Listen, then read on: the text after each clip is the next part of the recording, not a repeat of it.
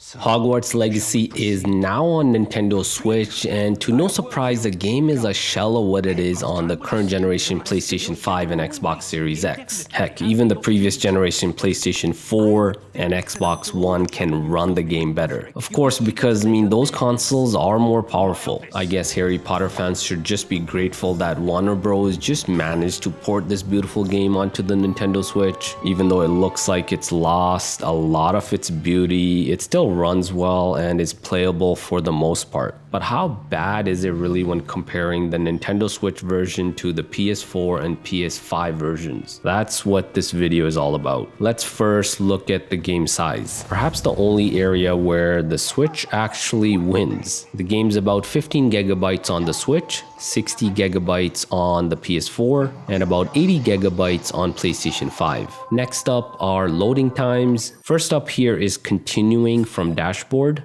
That takes 28 seconds on PlayStation 5. Nintendo Switch is second place with 1 minute and 20 seconds, while PS4 is last place with 1 minute and 47 seconds. Fast travel results are the same as well, with PS5 winning in only 5 seconds. Nintendo Switch takes 33 seconds and PS4 takes 53 seconds. Now, it's no surprise that the Switch does outclass the PS4 in those two tests because the Switch does have a solid state drive. However, that's not the full story.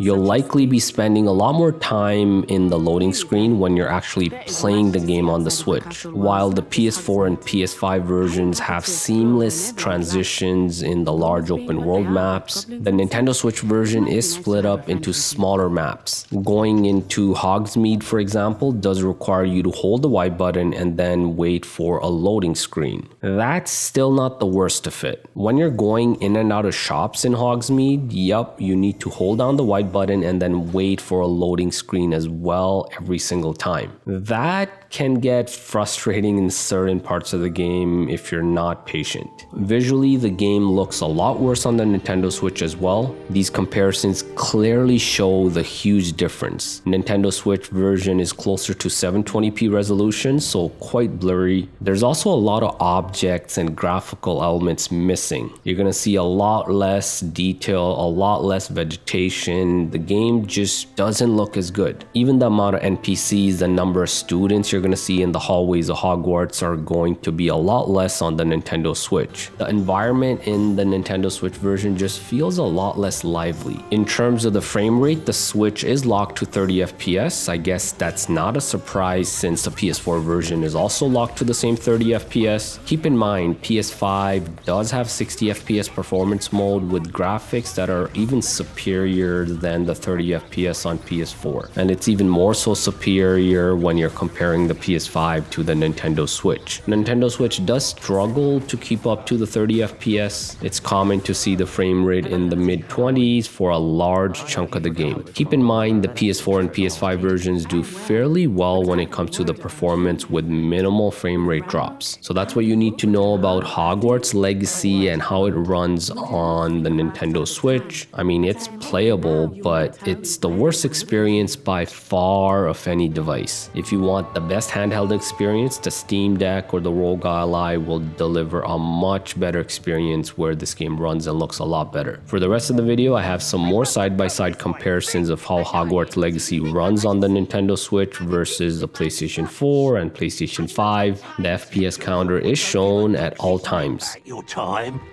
Oi! Speak of the devil. Mr. Rookwood would like a word with you.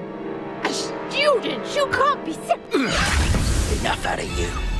Leave her alone. Stupefy! I see you. Leviosa. Stop it! Stop it, you stupid fool! How long are we... I'll watch the light go out of your eyes.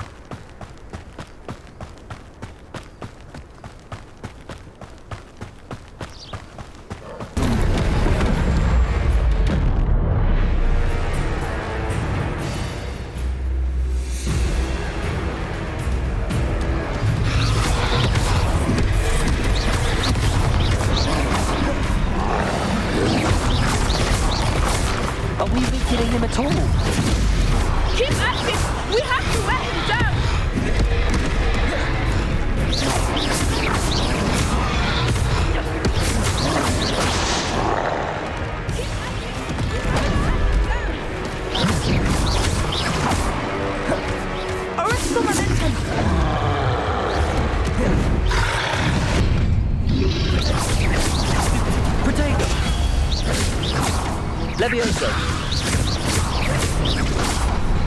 Accio.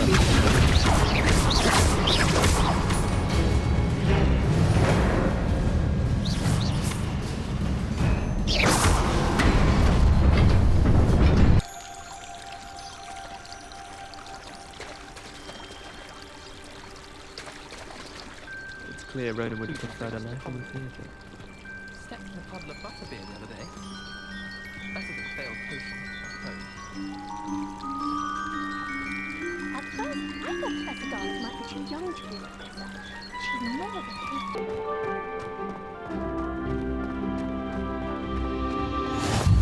I cannot tell you how nice it is to breathe fresh air after being cooped up in ancient rooms.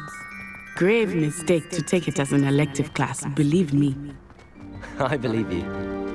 Though I suppose you would not really call it elective when your mother was the one who elected that you take it.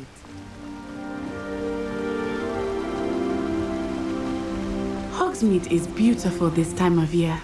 Everyone will tell you to visit at Christmas, but that's one of the few times of year I would rather be indoors. Not much for the cold, are you? Oh, I do not mind the cold so much, but it has taken some getting used. She knows more about me than I had thought. I will say, while I certainly learn a great deal in class, much can be gleaned outside of the castle walls. Eyes big as saucers. What did Mr. Moon? I mean, guys, ugly and airy and terrifying.